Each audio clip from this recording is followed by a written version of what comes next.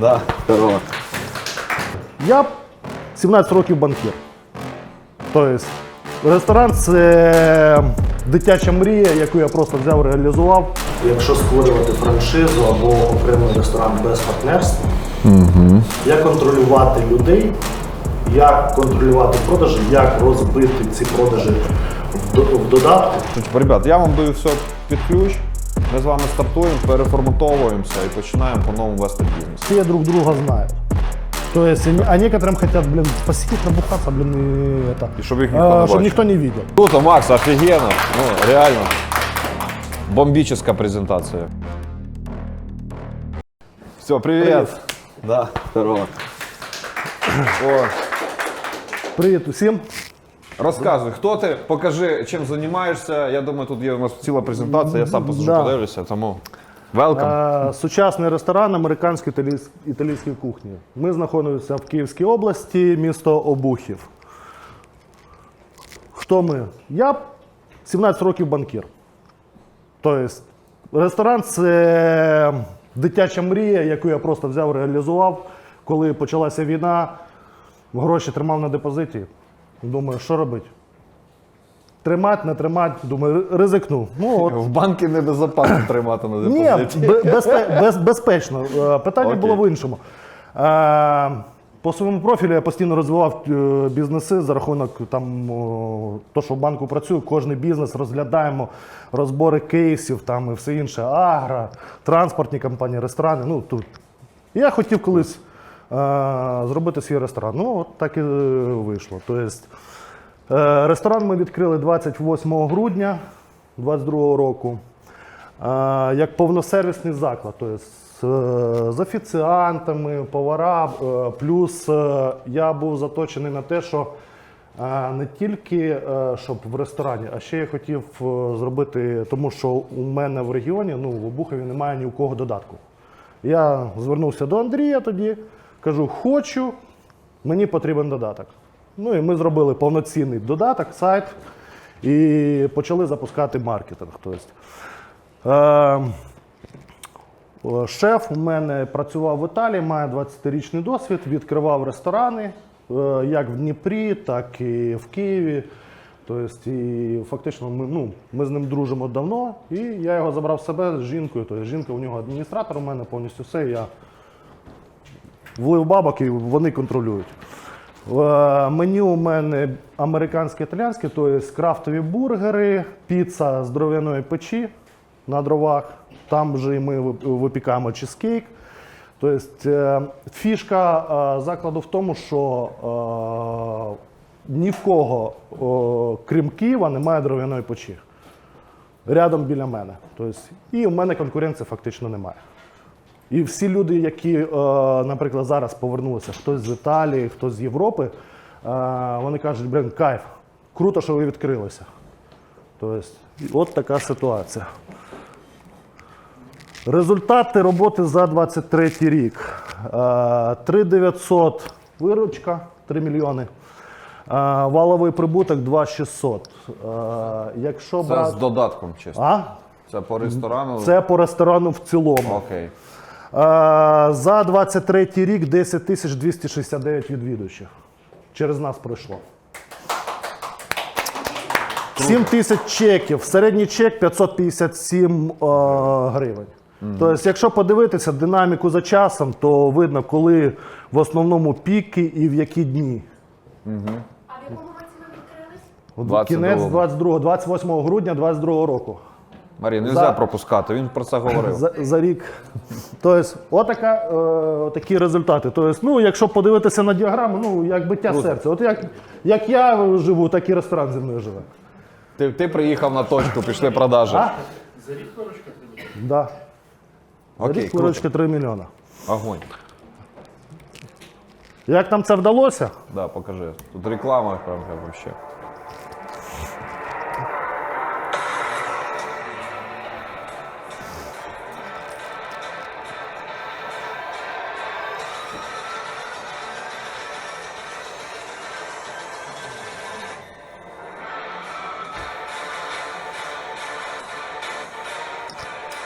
У мене кухня менше.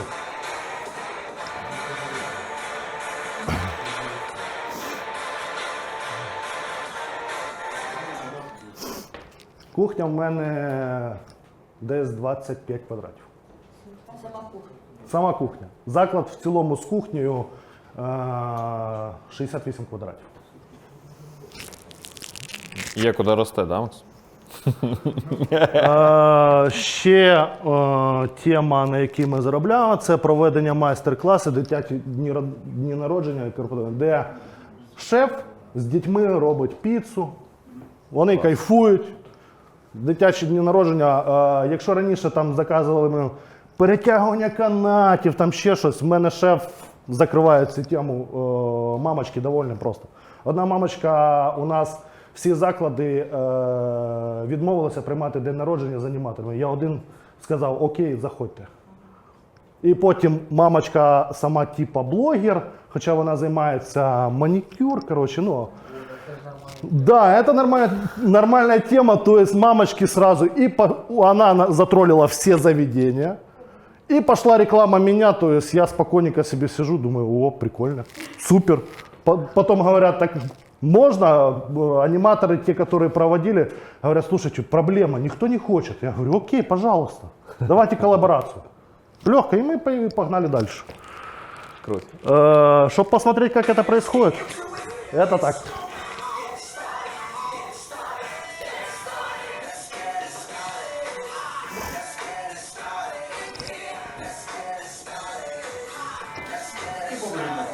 А? Поваров? На смене постоянно 2.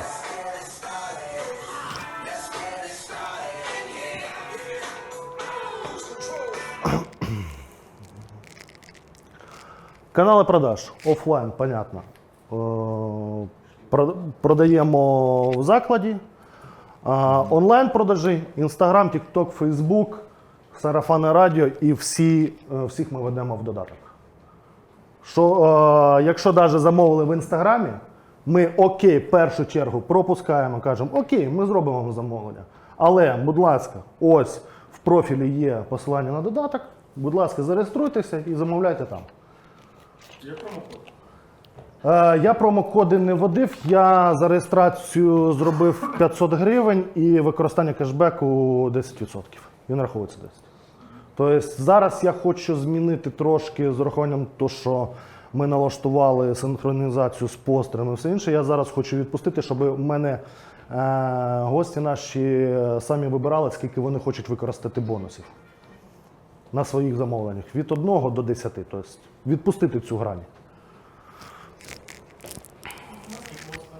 А? 1770 скачувань на сьогодні, і з них активних вже 55 вчорашнім днем. А скільки часу додаток? Ну, додаток, коли... Від початку самого. Додаток ми ще взяли в жовтні, да, в жовтні минулого... Маріна повний точно. В жовтні 22-го року ми взяли додаток. Рекламу маркетингу з Salesbox ми запустили ні, в березні ми запускали. Ні, не з березня, з січня, тому що я знімав спочатку сам, а потім ми відос креативи зробили зі мною і запустили, то з січня почали. А дала реклама якісь? Реклама дала круті результати в частині того, що в мене дуже активно почали реєструватися і почали перші замовлення йти через додаток. Но на початку було саме цікаве, що більша аудиторія була з Вінниці.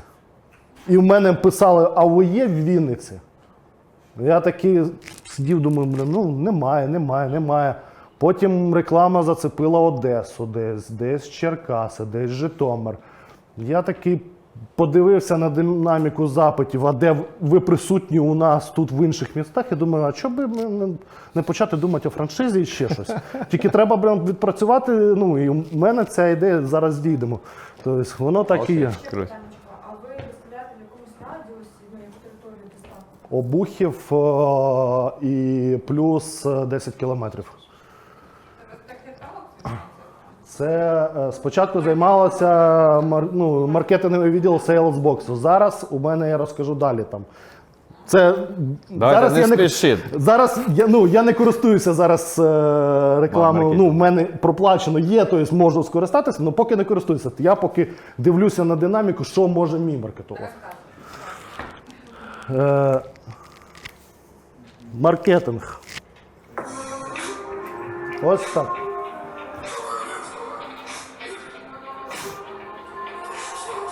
Тобто це креативи селсбокса, це вже йдуть наші. Як ми живемо, то є.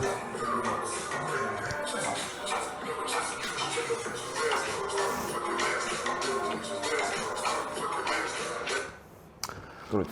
В частині маркетингу, то есть, я вже колись там на зумах ми розбирали якісь там кейси і все інше. То есть, я зіштовхнувся раніше, я сам вів Інстаграм, Тікток, ну треш. Ну, я жив цим повноцінно. Потім я так думаю, ну не може так бути. Я спочатку шукав SMM, знайшов одну дівчинку SMM. Вона потім, знайшла інший проєкт, ухірячила туди і зараз залишилася ніде, фактично. Находжу іншу дівчинку SMM-щицю. Попрацювала місяць, їй важко, бо дитина і все інше, хрен з ним, гуляй. Третя дівчина приходить, я кажу, так, стоп, я тебе вже не відпущу, а ну показуй свої креативи. Вона показала, все круто. Я кажу, окей, а тепер в мене ідея. Я хочу створити компанію, яка буде допомагати таким ледацюгам, як я, яким впадло вести Інстаграм. І я запускаю окремий напрямок, де в мене дівчата знімають креативи, є Stories Maker, ще набираємо одну дівчину. І вони займаються чисто моїм рестораном, плюс ми взяли кабінет лазерної епіляції. І зараз ще вони шукають людей, кого вести, що як. І от таким чином я облегшив для себе якусь там зайнятися інстаграмом, веденням, тому що працюючи в банку, в мене іноді часу немає. А фактично я ще сам їжджу на закупки товару. Коротше, я и посудомойка, и логистика, все. Иногда, сейчас у меня появился водитель, то есть, который занимается доставкой. Круто. Как-то Давай так. далі. А маркетингове агентство, виходить, невеличке за Він зробив собі маркетингове агентство, так. невеличке, так? Да. І воно собі окремо працює. Да. Робота як направлення. Які плани? Фішка в чому? У мене в меню є крафтові бургери, великі крафтові, повністю з булочкою бріош. І коли ми зіштовхнулися з темою дітей, діти полюбляють Макдональдс. І ми вирішили вернути. Якщо зараз хтось в Макдональдс заходив, щось брав, впевнений, там, де був огірок, у вас він був кислий. Да. Це змінився Макдональдс, і він змінився кардинально, і вони не хочуть повертатися назад. Ми створили чізбургер, той, який був ще до ковіду. Шеф зробив його, і ми запустили бургер-бокси. Кілограмовий бокс з вартістю там 500 гривень. 6 бургерів, картопля, соуси.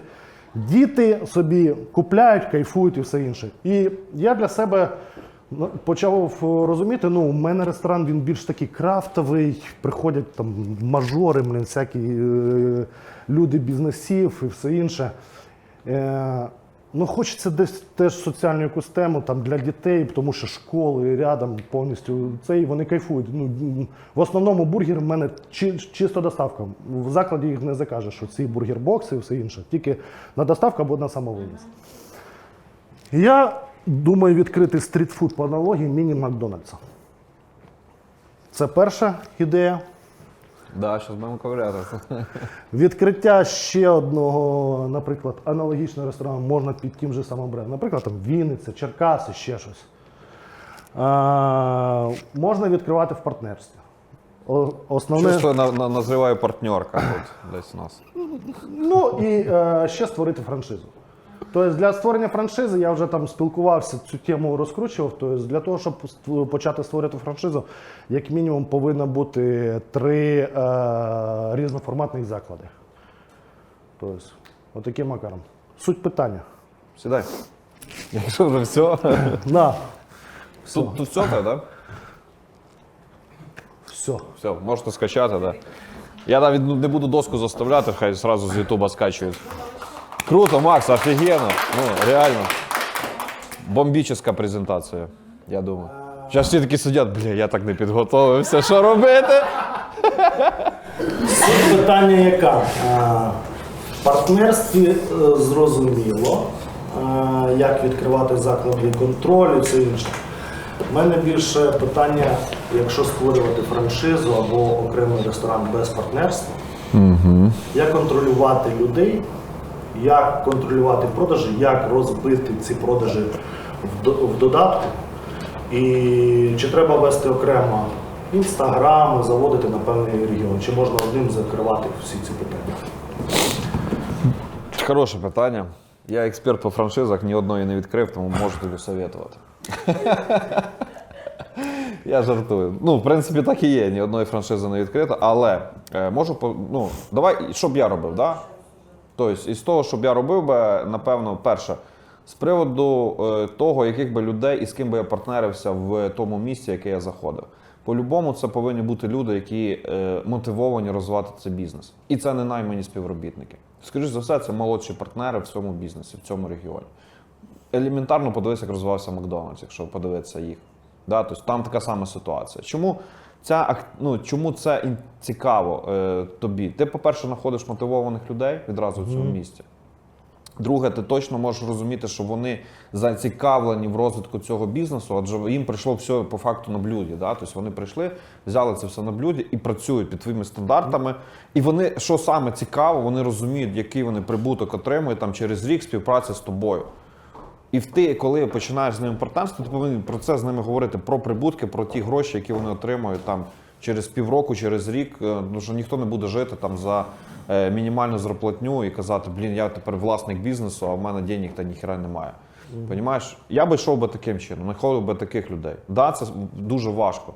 Можливо, як варіант би знаходив уже готові локації тих людей, які вже попробували запуститися. Маленькі, невеличкі бізнеси, знаходив би їх, спілкувався би з ними, не хочете перекваліфіцируватися, які там прибутки, не поглощав, заходив би на такому дольовому часті, що, ребят, я вам даю все під ключ, ми з вами стартуємо, переформатовуємося і починаємо по-новому вести бізнес.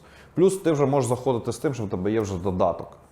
Не кожен бізнес може його потягнути, по факту. Тобто в тебе вже є офігенний козир, з яким ти можеш приходити і в будь-якому бізнесі сказати, дивись, по-перше, ти отримуєш від нас маркетингові бюджети, тому що ми розкачуємо не тільки тебе, ми розкачуємо всю нашу сітку. В нас вже є охвати в Інстаграмі, наприклад, і я би точно вів би один канал на початку. Да? Якщо ти бачиш, що місто в тебе мільйонники, можливо, розділяв би, тому що там може бути різна цільова аудиторія. Ну і плюс, якщо, наприклад... І узнаваємось локації. Так, якщо я знаходжусь в Обухові, а фактично, наприклад, беремо Вінницю, а в Вінниці люди можуть насипати негативу, а задавити ще Обухів. Вони можуть задавити Обухів. По-друге, коли ти будеш виставляти локацію, відео, зйомку, вони будуть дивитися, захам, а де це? Да. Я десь це бачив. А що це таке? Де його знайти? Понімаєш? Можливо, би і розділив би аккаунти. І це, напевно, було б правильно, ділити. Але тут тоді б заходив би регіон і казав, ребят, дивись, ми покриваємо повністю. Але за рахунок того, що в тебе вже є маркетингова кампанія, яку ти створив, в тебе вже тобі ресурсу там вести ще одного клієнта, свого ж вести бізнес, взагалі нічого не стоїть. Відповідно, ти вже тут економиш. Тобто, і вони по факту до тебе приходять, вони можуть тобі або платити роялті там з бізнесу, або ти можеш бути з ними в реальному партнерстві, розвивати бізнес, ділити прибуль. Чистий прибуток. Це ідеальний, мені кажеться, варіант. Це саме ідеальний варіант, тому що я вчора дивився, аналізував там повністю різні компанії, натикаюсь на Goodwine. Goodwine запустили саму цікаву фішку, вони своїм співробітникам дають долю в компанії, акції. Які, якщо ти хочеш звільнитися, тільки Goodwine може викупити, ніхто інший. І я побачив 900 людей, які фактично є зацікавлені, вони будуть далі працювати. Але в тому форматі, що Goodwine виробив класну бізнес-модель, зрозуміло для співробітників, і ти розумієш, що ти тут працюєш, і якісь ти акції отримуєш, ти розумієш, на що ти можеш впливати. І коли ти вистроїш такий самий процес у себе в компанії, по факту, твої співробітники, партнери, молодші партнери теж будуть розуміти. Да, на що ти можеш впливати. От. Ну, на що вони можуть впливати, щоб отримати більше заробітка. І все. І для них це стає прозора картина, ти просто приходиш і з ними складаєш план. Ребята, от давайте розвивати цю точку, потім можемо наступну точку, ви відповідаєте за цей регіон, і ми вместе, ну, разом з вами це все робимо. Маркетинг-агентство в тебе є, ти закриваєш вже ці витрати. Ти можеш або їх відразу вкласти там процентними бюджетами, вложити в кожну свою точку, наприклад, да? Тобто, ну, як витрати. Ну, як витрати. Витрати да. на маркетинг Да. просто. Ну, в тебе будуть витрати на маркетинг, якби ти взяв одну людину конкретно в свою компанію, і це були б одні витрати. А якщо ти береш одну людину на 5-10 компаній, звісно, це зовсім менші витрати. Тобто більший заробіток уже для них. І ти приходиш, кажеш, в мене є той інструмент, в мене є мобільний застосунок, вам нічого не треба купувати. Ми тут додаємо через франшизу в застосунку вас, місто. От. І всі користувачі, які скачують, вони попадають зразу, ну, тобто вони вибирають локацію. І в нас сервіс якраз вистроєний таким чином, щоб пуш-повідомлення, ця вся двіжуха рухалась тільки тим клієнтам, які вибрали цю локацію. З однієї сторони, ми себе самі обхитрили, тому що деякі приходять і кажуть, а нам треба всім відправити. А ми такі, а ми не можемо, ми тільки відправляємо тим, хто в локації. Ну, смисл ділити. Ну, так, ну, я буду направляти, наприклад, якщо різні акції по франшизам, там, наприклад, обухів одна, то друга. Для чого мені на всіх Звісно. І таким чином вони в тебе зразу можуть бути. Плюс в тебе можуть бути навіть в одному місці твоя сітка, але різні назви. Там може бути Зихам, наприклад, може бути там, не знаю, там якийсь другий заклад і три. І там в одному місці може бути 3 заклади, але одна клієнтська база. Понімаєш? І вони просто вибирають заклади і там роблять замовлення. І замовлення прилітає. І замовлення попадають прямо в заклад.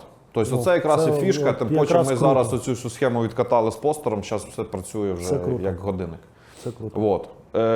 Рухався би так, маркетинг понятно, з продажами, ну, зрозуміло, розкачувати саме, набувати клієнтів, тут Набувати все клієнтів, просто. то есть. От, робити повторні продажі, аналізувати і так далі.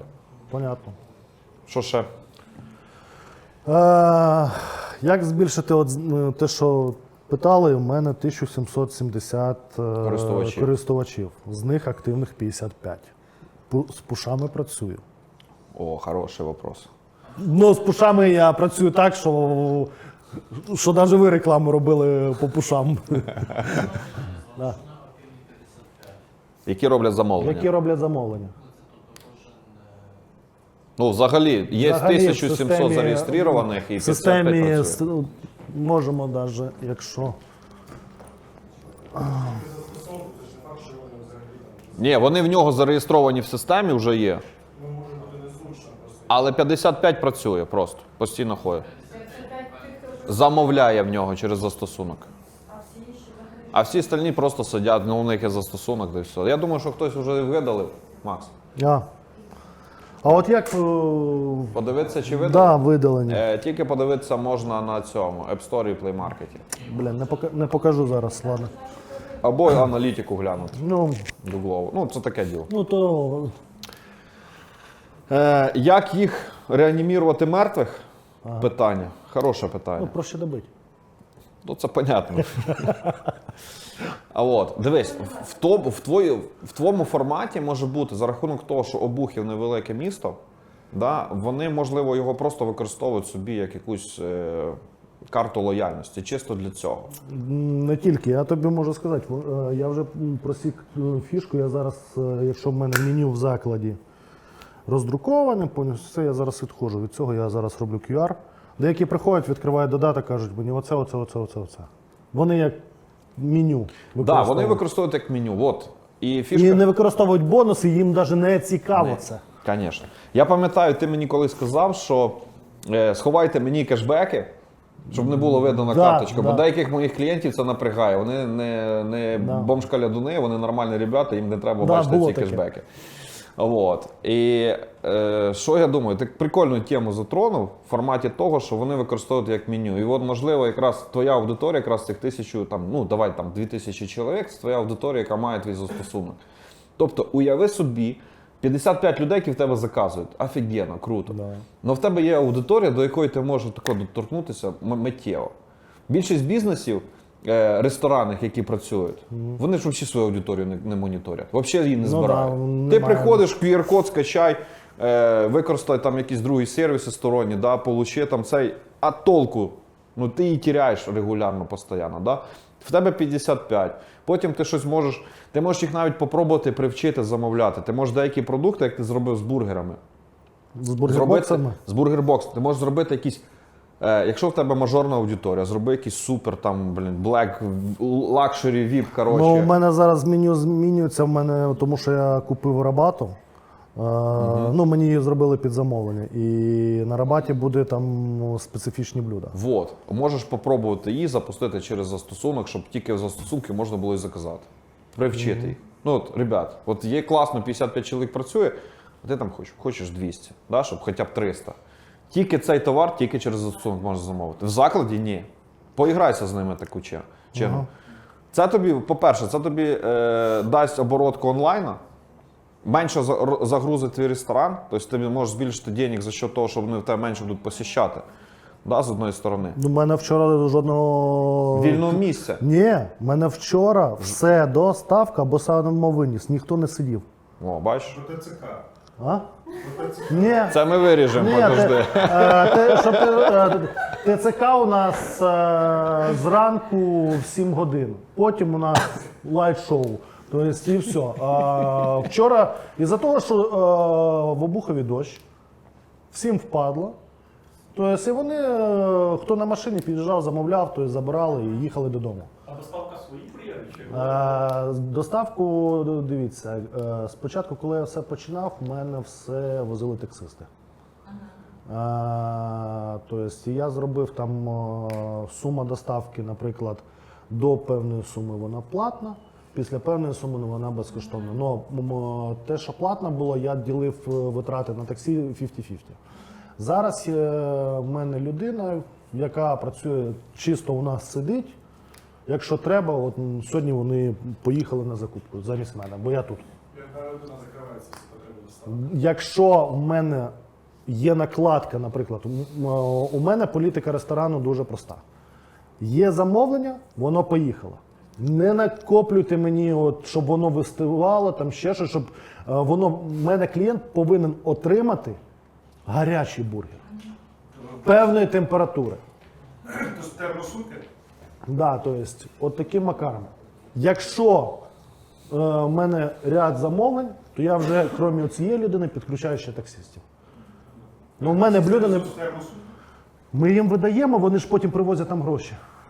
Прикольно, да? Поняв, як собі далі рухатися? Тобто, щоб ти розумів, якщо, або так, тому що якщо ти привозиш, наприклад, замовлення через, а у нас є такі ресторани, які ти замовляєш, ваше замовлення готове, там вже виїхали, проходить півгодини, ніхіра немає. Ну, через півгодини мені нахер не треба нічого. Бо я вже придумав навіть їсти. Або ти вже поїв яєць жарених. Да, ну тобто клієнта треба почувати. Тобто його треба, або ти зараз його повністю удовлетворяєш і привозиш йому під двері і кажеш, от тобі, на, швиденько. Або ти, якщо ти затягнув, і ще, як деякі люблять розказують, та він же виїхав, там, а замовлення стоїть ще в них. Все, треш. Це негатив зразу. У мене такого немає. Коротше, ти зробив класний сервіс, який тобі допомагає тримати марку, тримати класну цільову аудиторію. Да, і плюс я постійно працюю над якістю продукції. Так же само напівфабрикати ми самі виробляємо. Наприклад, пасту ми не купляємо ніде. Ми її виробляємо самі.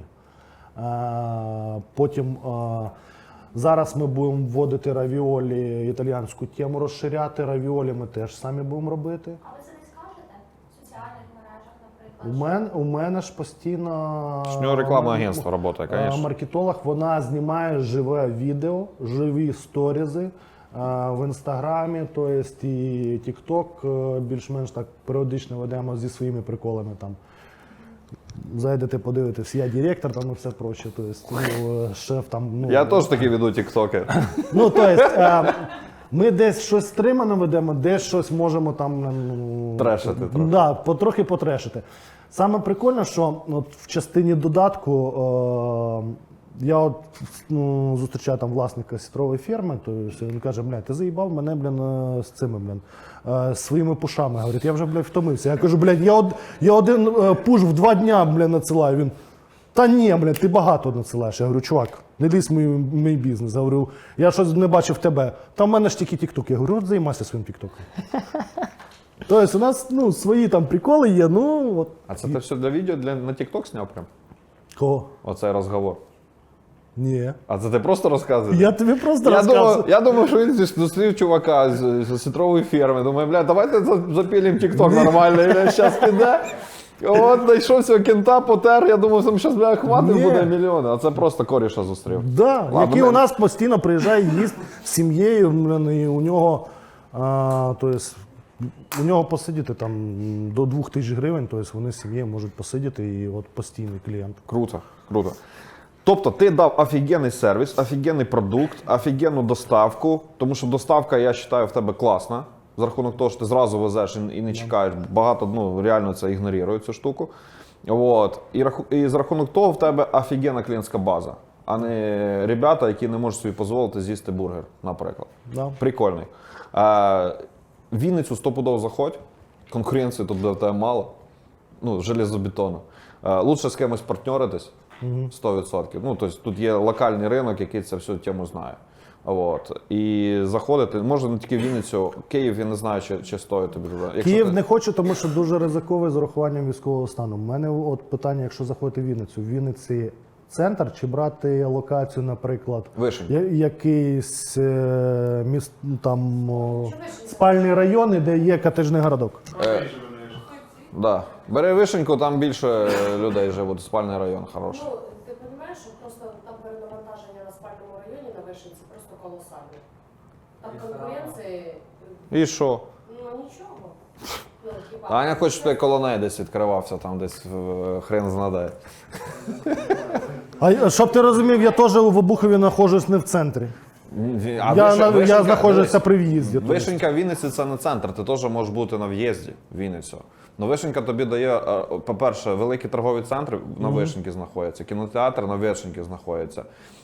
Весь спальний район, всі сучасна інфраструктура Вишенька-Поділля. Тобто ти зразу закриваєш цю часть. Центр ніхто, там офіси, по факту. О, да. 30% населення живе на Вишенці. Да. Ух ти ж. Щоб ти собі просто розумів. Да. Понимаєш? Плюс, якщо в тебе буде зразу десь туди чуть-чуть ближче до виїзду, в тебе зразу дає об'їзна, де ти можеш в будь-яку точку заїхати на другій локації за 10 тобто хвилин. доставка в мене може по об'їзній проїхати. Звісно. І тобі навіть по городу петляти, і все. І таким чином ти зразу покриєш в пущі весь город. Ще питання, оскільки є намір про франшизу, то хочеться ще трошки цифр почути. От був коментар з приводу попереднього розбору, що 42% фудкост це забагато.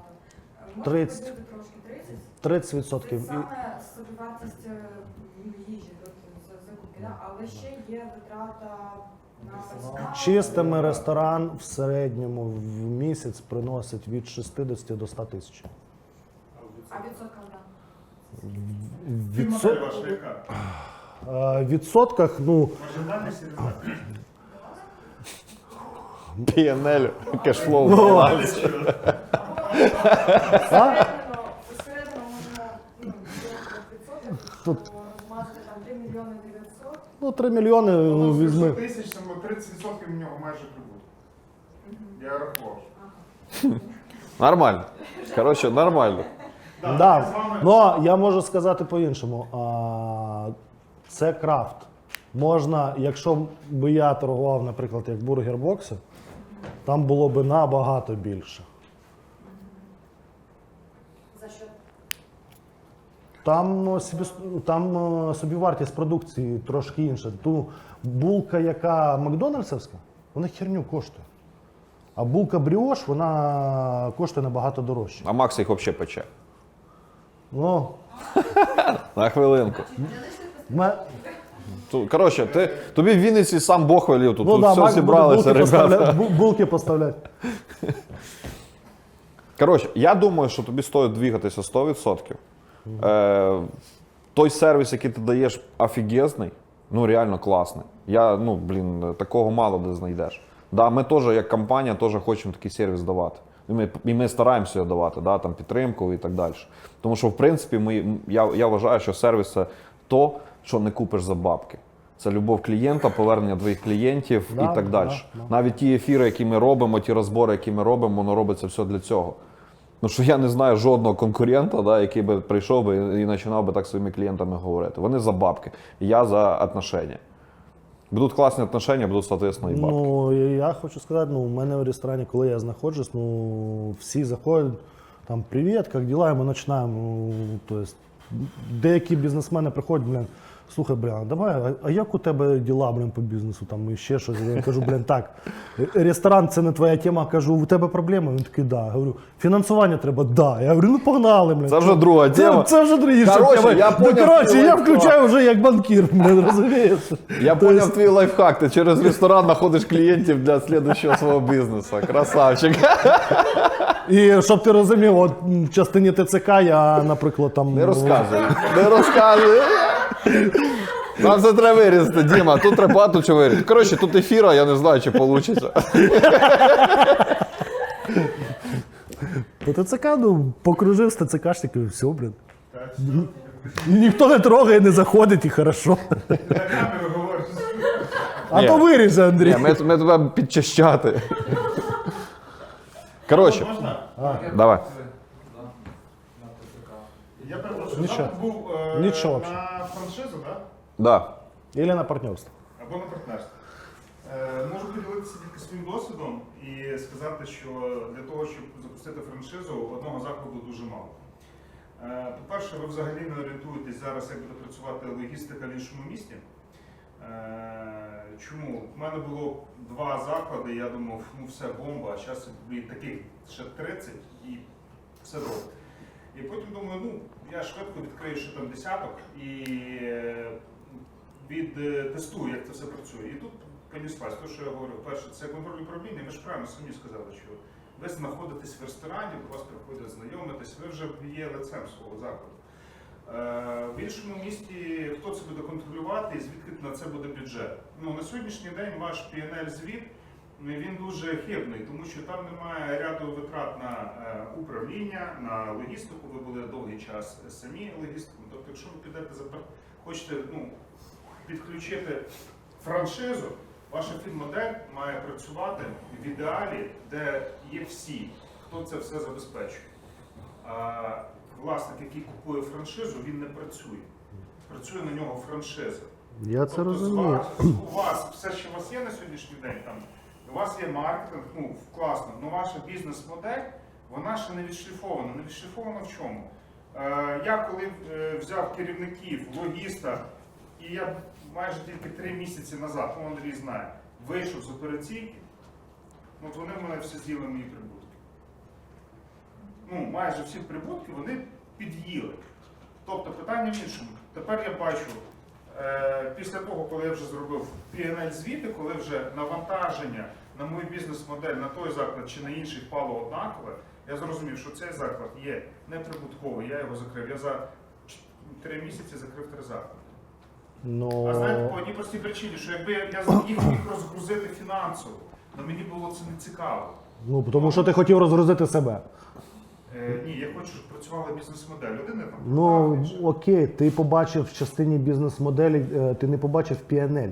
Ти не бачив його в реальності. Ти побачив цифри, виручки і валовий прибуток. Ні, я наняв Фіндіра. свого директора. Ні, по моїй моделі. По моїй Ні, моделі. я зрозумів. Тобто у мене ситуація, от ти кажеш, у мене немає логістики. По логістиці в ці витрати, які я фактично ніс, я, можна сказати, таким чином виводив типу, дивіденди собі, але кидав на витрати.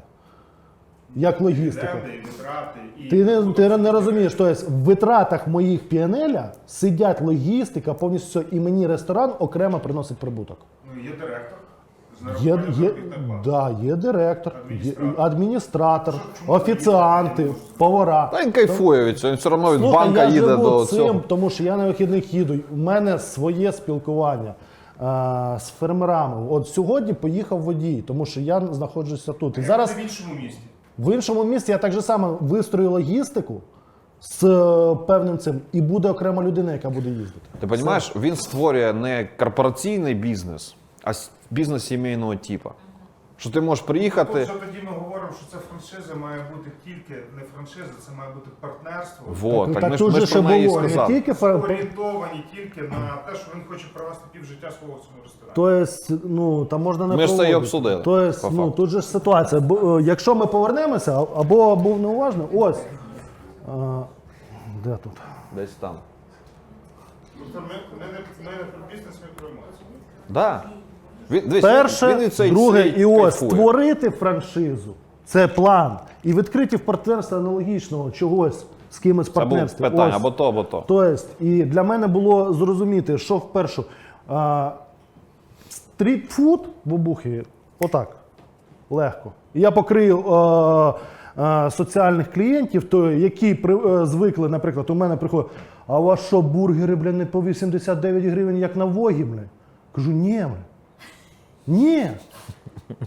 Він, блядь, дорого, все, ушов. Це не мій клієнт. Або приходить, блін, паста власного виробництва, і вони привикли, блін, їсти кашу, блін, А на чумак. стрітфуді що ви будете продавати? На стрітфуді тема Макдональдса, який по факту там тупо на обороті за счет середньої. То фудкост який буде на стрітфуді? Я ще не рахував до кінця, тому що я хочу, якщо проводити стрітфуд, я тобі скажу, це тема Макдональдса. Наприклад, на бургер-боксах в мене фудкост 30. У мене на всьому, тобто зараз ми перейшли за счет бару на весь ресторан плюс 33. Ну, я розумію, хто у вас прийшли, ви дали сервіс. Ви продаєте, хочете, яка у вас ціна, мене цікавить, ну я ж сижу в цьому секторі. На вулиці люди не отримують сервісу, їм холодно, дощ іде, сніг іде. Він має дати гарну суму грошей за ваш бургер. Чи то буде Блядь, дешево кому? Дешевше, я ж тобі кажу. А за рахунок чого дешевше? Другі продукти будуть. Сам- Це буде, не ви будете О, виробляти? окей, дивись, окей. Скільки в чізбургері вага котлети? Я не знаю, грам 80. Немає. Оцей новий бургер, який з'явився в Макдональдсі з 4 котлетами, кожна котлета по 69-70 грам. Фактично. І ось ціна. Булочка, яка коштує, 3 гривні. Макдональдсівська. Макдональдсівська булочка. Соус, Коротше, ми півчаса виріжемо, салат Діма, айсберг, далі що. І фактично собівартість такого бургера буде десь в порядку 40 гривень. Продаєш ти його за 80-90. Ні, тут, коли ми говоримо про 80 гривень і 40, то просто явно не 30, а 50. Тільки що ви сказали, що 42 це багато. Я тобі кажу в цілому, я тобі зараз так на пальцях. Якщо ти хочеш поговорити за бізнес-модель, ми можемо поговорити за бізнес-модель, наприклад, стрітфуду. Я тобі відкрию, можемо сісти, в мене є калькуляції кожного бургера, і ми можемо подивитися, і ти сам побачиш, де і на якому, на салатах який фудкост і все інше. Тобто в мене фудкост, наприклад, на стейки стріплоєн Та ні, ми говоримо про 45. Я розумію. Ми говоримо про вуличну. Ви кажете, що мені відкрити, закрити в Обухові там фастфуди, це не є проблема. Ну, моделі відкатаної ще немає, так розумію? По стрітфуду Так. моделі немає. Тільки модель, вона дуже проста. Ти відкриваєш заклад, тут в тебе кухня і все. Тобто я частину своєї продукції, яка тут, я просто її віддаю в іншу сторону. Ті ж бургер-бокси і все інше, для того, щоб розгрузити свою кухню тут. Бо я тут хочу додати більше Італії, яка мені дає більше ефекту. У мене піца в день продається по 15 В одиниць. стрітфуді буде окрема кухня, яка буде робити заготовки по котлет. А для чого їх робити заготовки під котлетами? Ну, вони готові. Ми привезли фарш, повар зробив заготовки, все, в холодильник. Ну, розумієте, я зараз з вами спілкуюся, я уявляю себе партнером. Я не чую зараз логістики. Я чому вас питаю за логістику? Хто має фарш? Фарш роблять в ресторані, тільки сказали, розгрузити свою кухню. То там фарш буде робити. Фарш як тут залишається. Там інша тематика, вона більш дешева. Для того, щоб на обороті З якого товару ви робите? Ви будете заготовки робити в себе на виробництві?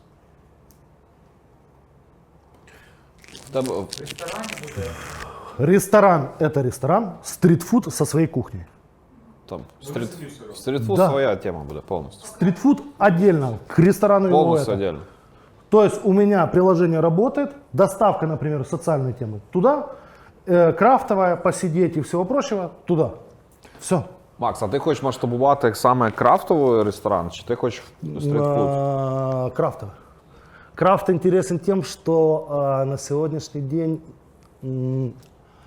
таких в Киеве даже есть, и они между собой бодаются, технологии у всех разные, но нету вот этой вот с кем, кто в Киеве по бургерам, по аналогии со мной, это веб-бургер на Жилянской.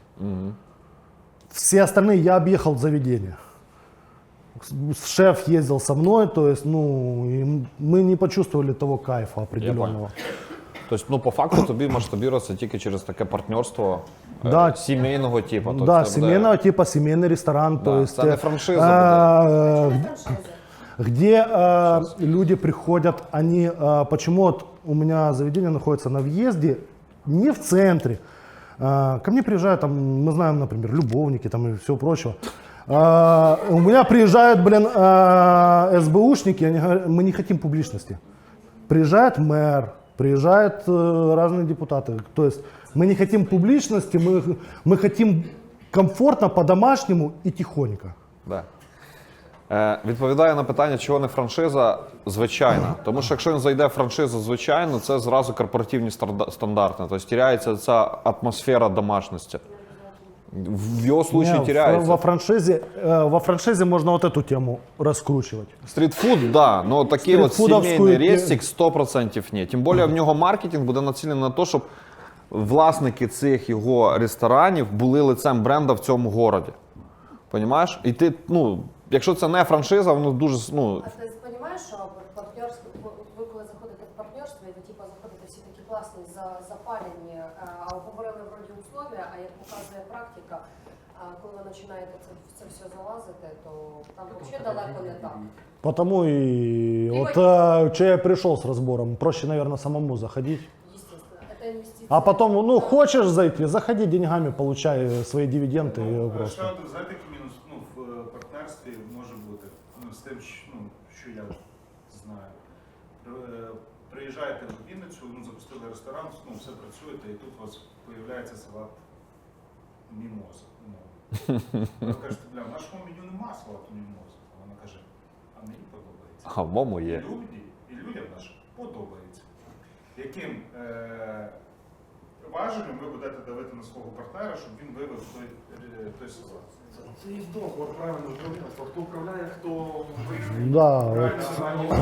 Не, вопрос в другом. Если на старте на берегу подписали договор в части того, что меню мы придерживаемся определенных стандартов, которые уже проработаны на технологические карты, и когда мне партнер говорит, а давай, блядь, печеночный торт, блядь, я его одену на голову ему, блядь. Понимаешь? Нахера мне печеночный торт? Ти Там дуже мне проще- емоціонально розказуєш. Понимаешь, нахрена мне печеночный торт, блин, при этом какое он отношение имеет к Америке или к Италии? Вот. Українські А блюда. є вже розроблений партнерський договір?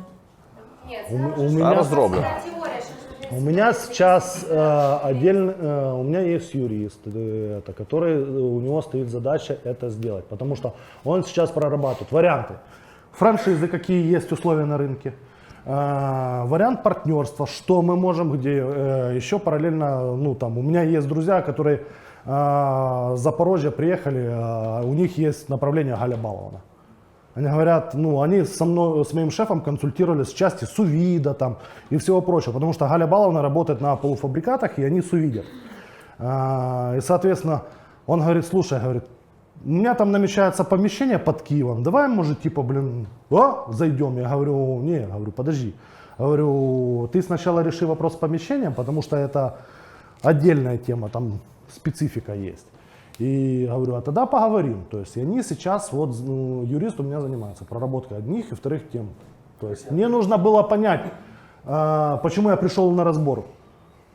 Как Зачем и нужно ли оно мне? Вот эти вопросы, с которыми я сюда ехал. А ти вийшов ответ якийсь, получив для себе? Да, я хочу этого. Я больше хочу на партнерство. На партнерство? Да, франшизу я вижу только на вот этой вот теме. То понятно. А партнерство в рамках сімейного типу? Семейного типа, то есть хочешь заниматься, занимайся, хочешь вложить денег и тебе надо понять, сколько ты заработаешь, ну, окей. Що Все, тобі- ну, посчитали, это подходит, не подходит, бизнес-модель ложится, не ложится, все. Дивись, по партнерству ти можеш дати пару рекомендацій. Ти чоловік такий авторитетний, да? Да ладно. Ні, то, що я зараз чую, тобі даю обратну связь просто. Авторитетний, і ти будеш своїх партнерів молодших давити оцим. Як в меню має бути, отак має бути. Вот. В тебе повинен організуватися, ну, в будь-якому випадку, якийсь борт твого, да, общення, тому що з твоїми партнерами, де ти з ними повинен виробляти ту концепцію і їх вчити. Не кожен твій партнер, який до тебе зараз в бізнес підключиться, уже являється на твоєму уровні. Ну, Понимаешь? они могут быть Вони ниже можуть моего бути- уровня, да, или вообще им. Или вообще по барабану, или вообще заниматься другим бізнесом і случайно попав в цю тему і взагалі не знаю, нахіра він туди попав і так далі. Вот. І тобі з ними, от тут починається твоя тема діалогів, розговорів. Тому що підписати контракт це отлично. Ти на пару зустрічах поймеш, вообще чоловік или соображає, не стоїть. і хоче він туди рухатися, чи не хоче взагалі туди рухатися, розумієш? Може йому це взагалі не треба. Ну він хоче, блядь, такий, о, класно, Макс прийшов, зараз мене забирати тему, я взагалі цим займатися не буду. Ні, я би шукав би таких, з ким, хто хоче в цій темі, хто горить цією ідеєю, але в нього от, знаєш, чуть-чуть не вистачає. Не вистачає цієї експертності, не вистачає цього напорства, не вистачає якихось там ідей, не вистачає сервісу, який Технологии, можна ту, дати. которую мы откатали уже на Конечно. сегодняшний день. То есть. Вот, якщо ти таких ребят знаходиш, вони будуть з тобою працювати. Да, ти старший партнер, але ти з ними комуніцируєш, ти з ними знаходиш точки соприкосновення, і ти з ними навіть можеш там раз в півроку обрабатувати меню. Якщо вони тобі кажуть, що дивись, Макс, офігенно, але в нас в Вінниці, наприклад, меню там, ми кайфуємо від пельменів, от просто кайфуємо. Да, це не італійське. Придумай, як блядь, назвати італійські пельмені. Просто, ну, Равиоли? Равіолі, понятно. Коротше, ідею поняв?